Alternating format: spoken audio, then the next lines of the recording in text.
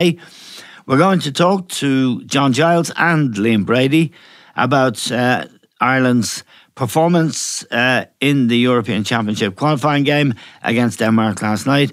Many of people thought it was the best performance of the campaign, but in the end we drew 1-1 and we now go on to the playoffs, and I'll explain what that entails later in the programme. I'm joined now by John Giles. John, the performance last night I thought was our best performance of the campaign, and I felt sorry for him in the end.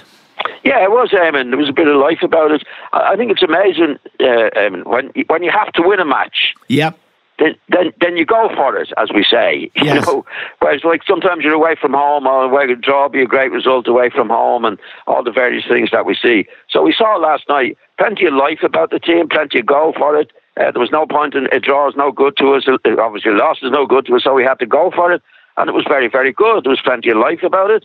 I thought we were the better team over the 90 minutes because I think they were in a situation, Eamon, where a draw was good to them. Yeah. You know, they weren't quite going for it in the way that we were. So it was very, very encouraging if we can keep that up in matches in the future. Yeah, now the second half was particularly good, but even in the first half, John, one of the things we did that has not always been there, we passed the ball well, and people looked composed and comfortable and willing to pass the ball, and that's a big culture change for us.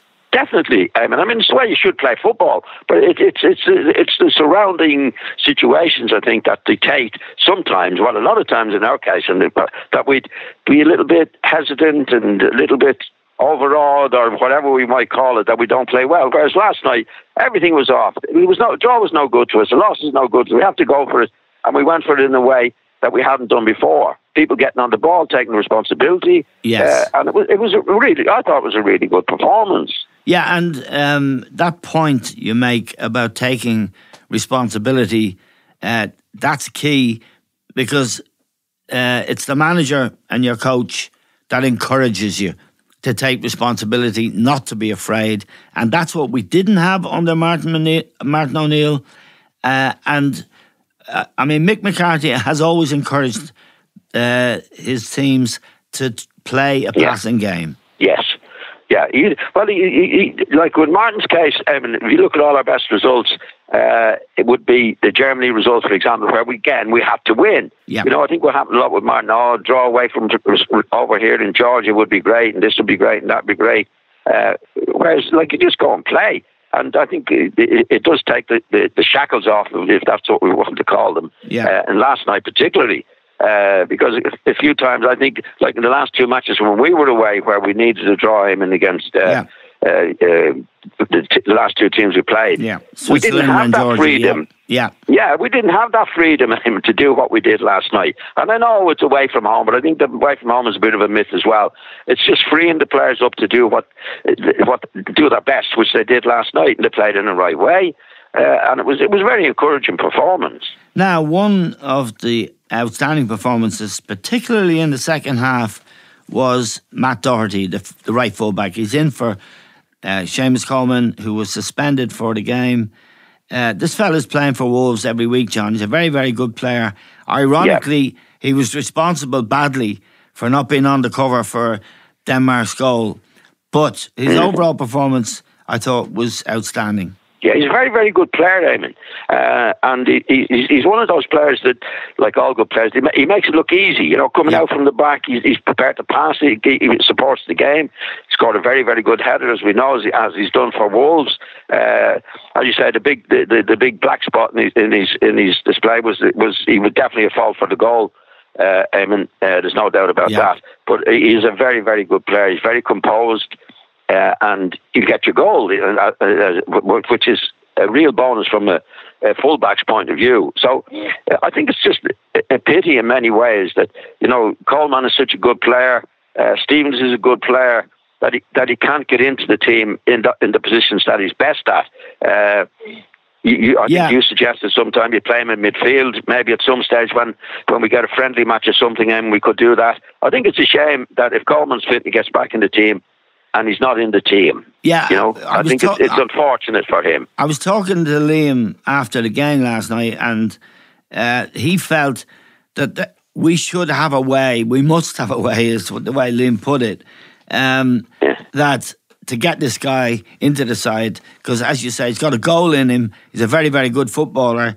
There must be a way. One thing that concerned me about him, I thought he got very tired, and I would have questioned his fitness, even for the goal. It was that kind of lack of concentration when you're knackered. And he couldn't make he had to make 5 yards to get in the cover, and he didn't. I was surprised at that, because Premier League player playing for a very good Premier League team with a good coach, you wouldn't expect his fitness to be questionable, would you? No, I don't know what it was, his fitness, Eamon. I mean, after the goal, he was still able to come up and get on the overlap. And the run he made for the goal, for example, he run further for the goal than he did for having to. I think he was just caught flat-footed as well, Eamon. And I have a feeling in my head that he thought everybody was going to play the guy offside. Right. Shane Dunphy was actually 2 yards behind the rest of the back four. It was Shane that played him on. That's what I mean. I think he just misread it, which natural. If he felt that, but then again, I think as a defender, Eamon, and if you don't see the guy being offside, you've got to go with him. Yes, you know what I mean. You can't assume that somebody's out. Like if he goes with him and gets the block in, then he might say look, we should have played him offside there. It was.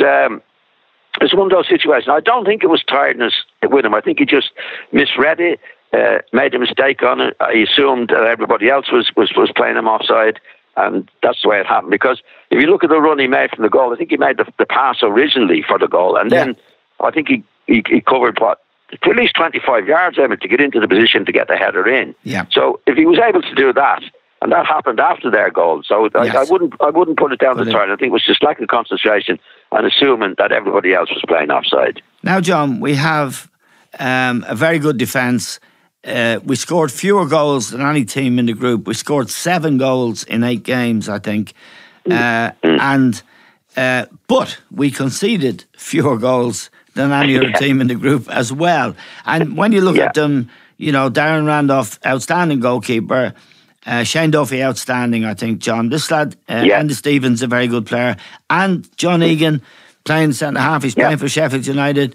Very, very solid. So we're very, very solid at the back. And Dunphy in particular, I think, is a player you could build a team around. Yeah, I think he's done that, Eamon. Like he's I don't think he's in the Bournemouth team, is he? Brighton. Anyway, that doesn't matter. He's in Brighton. It was Brighton, He was dropped for one match. He's back in now. Oh, is that all? Yeah. Okay, he was injured in that. But then they put Clark in, and Clark is okay as well. So we have been strong at the back. I mean, the back five has been very, very strong in this particular situation. Yeah. And that's without Doherty being in the team. Unfortunately, it's just up front, and we don't have a goal scorer. Now, McGoldrick is good, and he's very game. So is Maguire. So is all the lads that play up front that can move around it. But we don't have, that Robbie Keane finishing thing, which is very, very difficult. But definitely the back group are very, very good. Very, very good. Now, I want to give a mention to Glenn Whelan, John. I've never been a fan of his, and I've been sort of very, very rigorous to the point people might feel, he certainly feels, of being unfair. I thought his last 3 games for Ireland, he's been brilliant. And again last night, I thought he was brilliant. He was getting his tackles in, he was moving the ball along, he was passing the ball, and it made me feel that I've been way over the top in my criticism, but he did lead the team last night, I thought. Yeah, he's always been a good-hearted lad, Eamon. And to be fair to him, like he's played in teams where I think he's been encouraged to be a bit negative. The holding midfield player. Whereas again last night, there was no point in playing in the defensive way in any way. And he got on the ball and he showed that he can do it.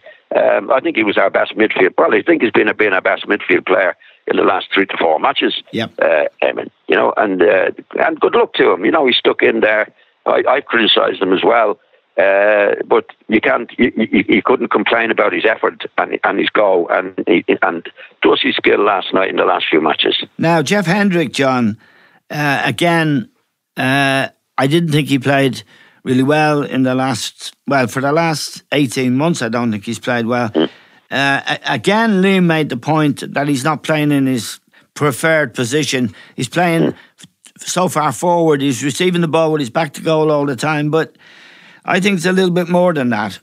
Yeah, well, he did last night. He played more forward, I think, the last one or two matches, Eamon. But even when he hasn't been forward, he hasn't played well. No, to be honest, no. He just hasn't. I mean, he's a lad who we know can play well, and for whatever reason it is, when he's played in the Irish team, he just hasn't played well. Eamon, I think he's been lucky to be in the team. He played better last night than he has done in the previous matches, but the standard was low. And he did play further forward, all right, because he had to with so many players in the middle of the field. But that I wouldn't. I think when he was playing in his normal position and playing the back, he didn't play well anyway. Now, James McLean, John, he's a player I think we've all got great admiration for in terms of his guts. He's up for it for every minute of every game. The end product isn't there in terms of crosses. Is that because he's not being played in the right position, and given the opportunity to play in an area of the field where he really is effective, or what? Well, he is what he is, Eamon. I think he's a lad with limited ability, but a heart as big as the house. Yeah. And there's days that he'll play really well, and there's other days that he won't play so well because there won't be a consistency about him. But what makes him is his heart and his effort. And to be fair to him, like in the Irish team in recent times, he hasn't been getting a good supply of the ball. Yeah. To get a one-on-one with the fullbacks. Most of his work has been best work in his game is getting back and defending and helping out and doing all the various things we know he can do. I'd have him any time, for his effort and that. Yeah, I don't think we have anybody better to play in the left wing than him. Or one of the forwards. The question is, will he play? Is he played or asked to do things other than playing on the left wing? He was, away to Georgia, he was all over the place. He started on the left, then he moved to the right, then he was down the middle, and I think that confuses him. But it's just worth reminding ourselves, he scored a great goal away when we beat Wales, and he scored a hugely important goal in Vienna against Austria. He has a goal in him, but somehow lost his way. He is what he. I think he is what he is. I mean, you live with him. You have to live with him. I'd give him a go up front, to be quite honest. Really? Yeah, I would. Yeah, because there's life in him. That's for sure. He's going to give your best. We don't have much up front, Damon. No. To be honest, well, we can see that. Everybody can see that. I'd give him a go up front because he'd run around, he'd chase around, he'd do what he did, and there is a goal in him, Eamon, when he gets chances. That's what I think with him. Yeah. We have two young lads who've been doing really well at their clubs. Aaron Connolly was unfit. He was injured in the last Premier League game, but he definitely has quality. I think we both agree on that. Troy Parrott is 17. Yeah. And interestingly, Pochettino named him in Spurs' Champions League squad. He hasn't played a Premier League game, but he's a kid, by all accounts, with real talent and a very good temperament. So there's reason to hope that, the problems we've had with goal scoring in particular are possibly going to be solved with these two players in particular. We still need a bit of quality in midfield, though. Well, I think Connolly, what I've seen of him, is a very good player. Parrott does his stuff. It happens, as we know in football, with all teams. I mean, you can go a long time without a striker or a centre half or a midfield, whatever it might be, and then you get a couple coming along, and hopefully with those two, particularly, we'll get that in the team, and along with the back five that we have, or six that we have at the moment, we could have a team, and at least there's a bit of hope there now. that we could go on. And we showed last night. Don't forget, Denmark have been unbeaten for, I think, 20-odd matches, Eamon. They've only lost one of the last 34, including last night. Yeah. So not an easy task. We played them. Yeah, that's what I'm saying. I'm like, we played them last night. I mean, I thought we were the better team over the 90 minutes. Yep. So like, there's no great teams out there. If we can get a player or two into the team, particularly up front, then we do have a chance. We do have a chance, We're in the playoffs, and here is the deal for listeners and indeed for me and you, John. If Wales beat Hungary tonight, which I think they will do, actually, it's in Wales, then they go through, and we will play Slovakia away in the semi-final of the playoffs. The playoffs is a semi-final and a final. Yeah. We play Slovakia away. The winner of that game is likely to play Bosnia. Yeah. And we went there before, actually, when we needed a result, and we got it. Yeah. So we're not doomed, particularly if we get Connolly back. And we'd have a chance on the basis of last night's performance. There's no one really wants to play us, John, because the lads are so brave. We're so hard to wear down. We're so hard to play well against. We have still got a real chance of going to the finals. Yeah, definitely, Eamon. I think if we have the attitude that we're capable of doing it, it's amazing in this group. I mean, like Switzerland and Denmark have qualified, haven't they? Yeah. And we've drawn against Switzerland. We've drawn twice against Denmark. Yeah. So I thought we really stood up against Georgia. Yes. We didn't. There was a terrible match. They weren't any great shape. We finished ahead of them in the. That was the big slip up, that we didn't play well on that particular night. Yeah. And I think it was a question of away from home and maybe a draw will do and all that. Like we've got to have that attitude in all matches that we had last night, home and away, in my opinion, Eamon. And we are capable of doing it. I think if Mick had played Connolly away to Georgia, he might have been able to unlock that defence. But I will say this, that Denmark only drew away to Georgia 0-0. And I remember Georgia beating Scotland to do us a big favour to qualify us for the Euros in 2016. But I think you're right, that was the big opportunity missing. Yeah, definitely. I think so. Anyway, that's the past. I mean, the future looks brighter, Eamon. Hopefully, it was brighter from last night. I was really pleased. I think most people were pleased with the performance. Yeah. Bit unlucky not to win it, but it augurs well for the playoffs now coming up in March. Fingers crossed we do it then. Okay, John. Thanks very much for joining us. That's John Giles, and now we're joined by Liam Brady, who was watching the match last night and working for RTE. Liam, it was really a terrific game and a good performance.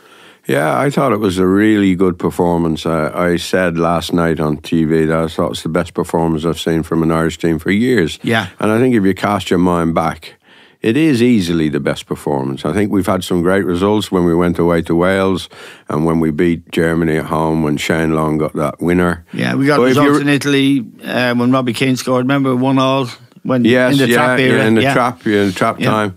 But I thought last night, unlike those other games, I thought we got off the hook in those games. Yeah. And we were a little bit fortunate. But last night, I thought we dominated the game, and to be up against a team that's, obviously better than us. They're good all round, strong, physical team, and to dominate possession as we did was just something that we've been waiting a long time to see, Eamon, hasn't it? Absolutely. Ball retention has been impossible, and it was the key to the performance last night.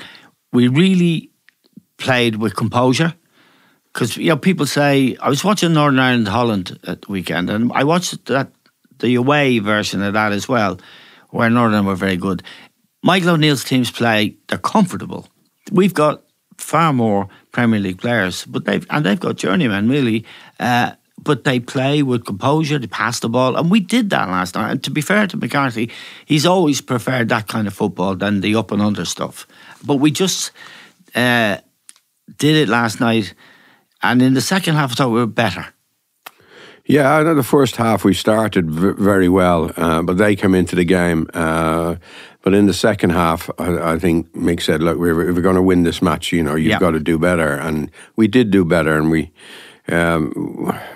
dominated possession. And I think the Danes were quite surprised at how well we played. Yeah. And I think Matt Doherty... he's very good. Yeah, well, he's so composed, Eamon. Like, you can give him the ball, and if he has an opponent a yard or two away, he'll beat him, or he'll just get out of trouble with a little triangle pass, and he'll be around for a 1-2. He's a lovely footballer, isn't he? Yeah, very comfortable. And the boy Brown, playing in front of him, did very, very well.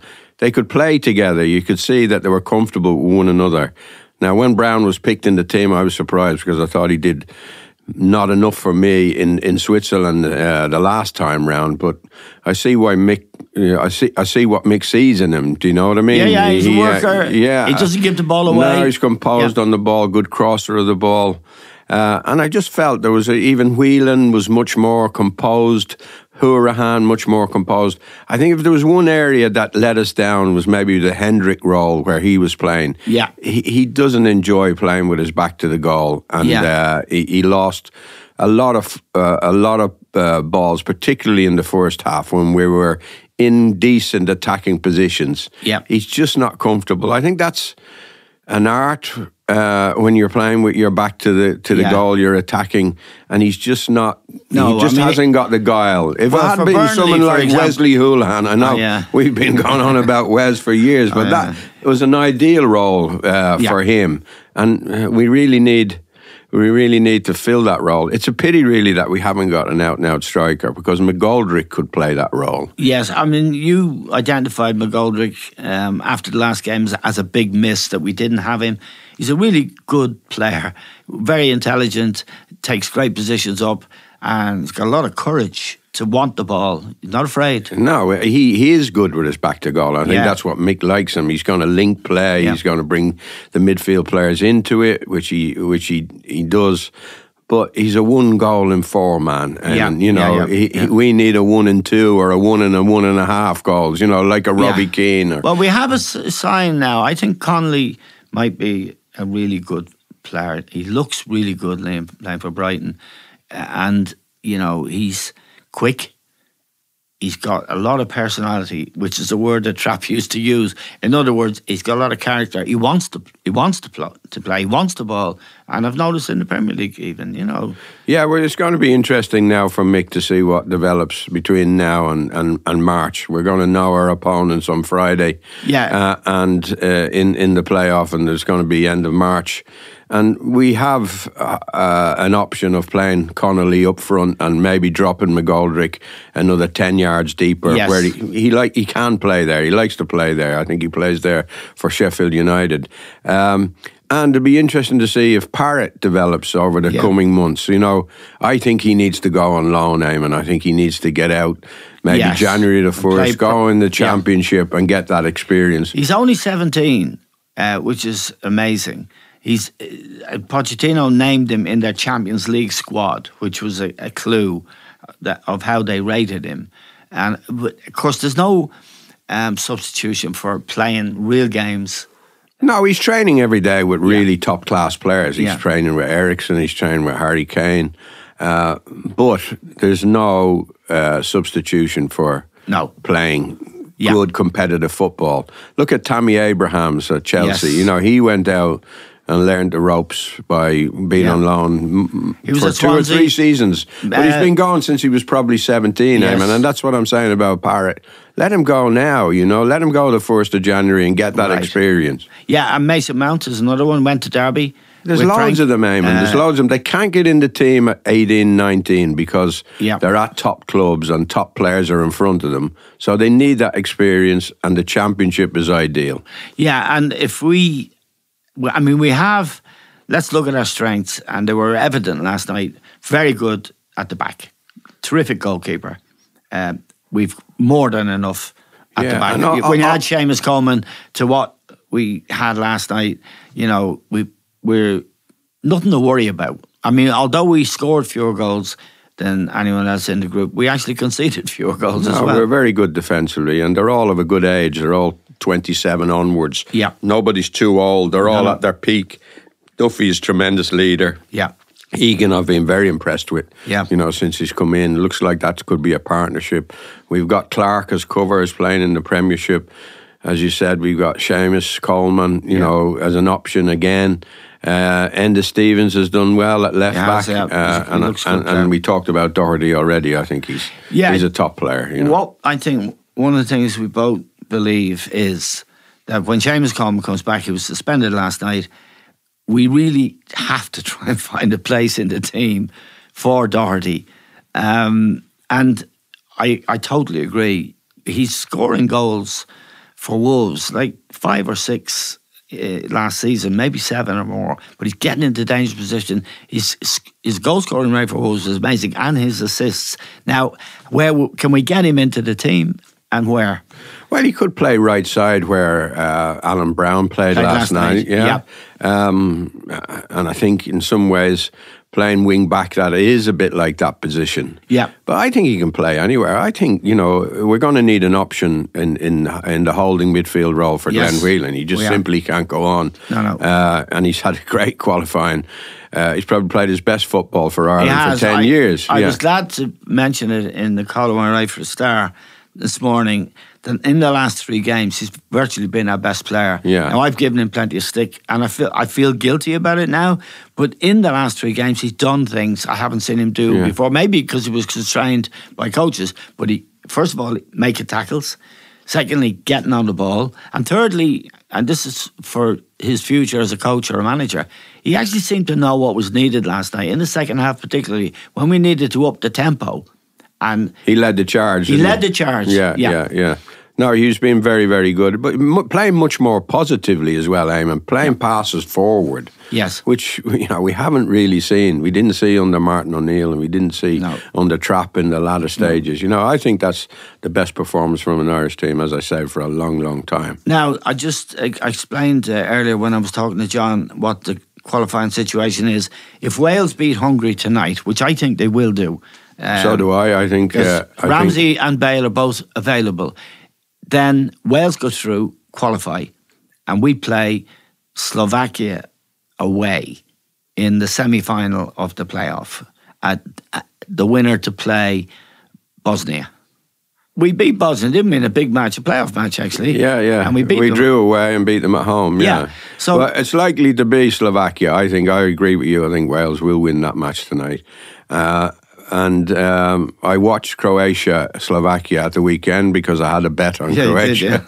And I think we can take Slovakia. Yeah. I think they're a pretty ordinary side. They're not in the same class as the Danes, put it that way. The big thing about the Irish team always, and a few of the Danish players referred to it at the weekend before the game, Delaney in particular, who ended up coming off, are horrible to play against.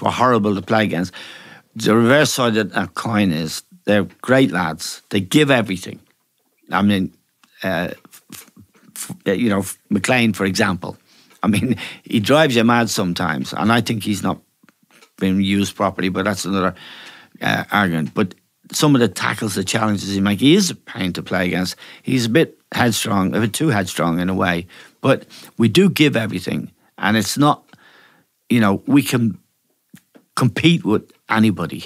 Well, what summed it up was McLean chasing back last night in the last couple of minutes, to get that. Yeah. They were out and they were gone, the Danes, but he was in a race. He was in a foot race. I didn't think he was going to get there. But he put his head down and he got there. That sums him up completely. Yeah. I think he showed a bit more end product in previous campaigns than he has done over this one. Yeah, well, he scored a goal in Wales, a great goal. He scored a goal in Austria as well, in Vienna. Yeah. But he's a player you put in your team all the time. I thought we surprised the Danes by the football we played last night. Yeah. That put them on the back foot. But you've got to give Denmark credit. They're strong mentally and physically. They can deal with most things, and they're going to be a side that's going to be hard to beat in the Euros in 2020. They will, and Eriksson, of course, has that touch of class. And just finally, Liam, I mean, the future, with Stephen Kenny coming in as the coach, we have the possibility, as you said about that back four in particular, they're all the right age. They've plenty of miles left on the clock. if Parrott and Connolly were to, mature as we hope they will, then we're looking at, something, because there aren't any great teams out there, are they?